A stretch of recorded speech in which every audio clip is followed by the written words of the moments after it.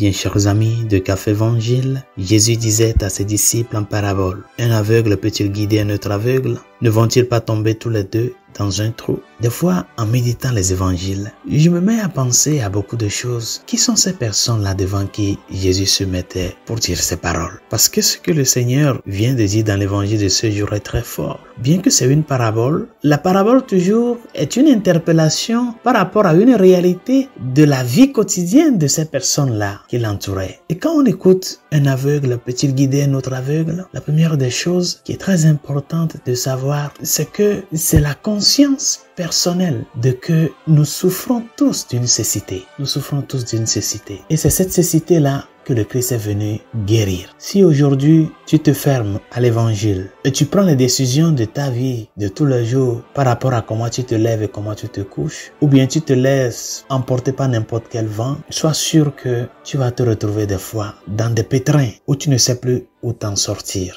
Pourquoi? Parce que tu as manqué de discernement devant ces moments-là où tu dois te laisser illuminer par le Christ. C'est à partir du moment où je me reconnais que je suis aveugle que je me laisse guider par celui qui peut me montrer le chemin. Et cela, c'est très important. Il y a des gens qui aujourd'hui vont demander conseil à des personnes qui savent parfaitement que ces personnes-là, le conseil qu'il va les donner, ce n'est pas pour les illuminer, mais pour les encourager dans ce qu'ils sont en train de faire de mal. Ils le savent. Mais parce qu'ils veulent suivre ce chemin-là, ils vont chercher ces personnes-là. Pourquoi? Pour d'une manière ou d'une autre, tranquilliser leur conscience. Il y en a plein. Apprenons à nous exposer à la lumière du Christ. Cette lumière que nous pouvons retrouver dans sa parole, dans son enseignement. Le Christ est la lumière du monde. Il est venu illuminer les cœurs, les vies. Rendons-lui grâce de nous avoir apporté la vraie lumière. Rendons-lui grâce d'avoir pris sur lui la préoccupation de nous montrer le chemin. Mais cette action de grâce, chers amis, serait plus effective quand nous nous ouvrons à ce que cette lumière-là nous éclaire, mais au même moment détruit en nous ces prétentions égoïstes qui des fois peuvent nous amener à nous perdre. Je suis venu pour qu'ils aient la vie et qu'ils l'aient en abondance. Cette vie-là que le Christ a apportée, fais-la tienne en apprenant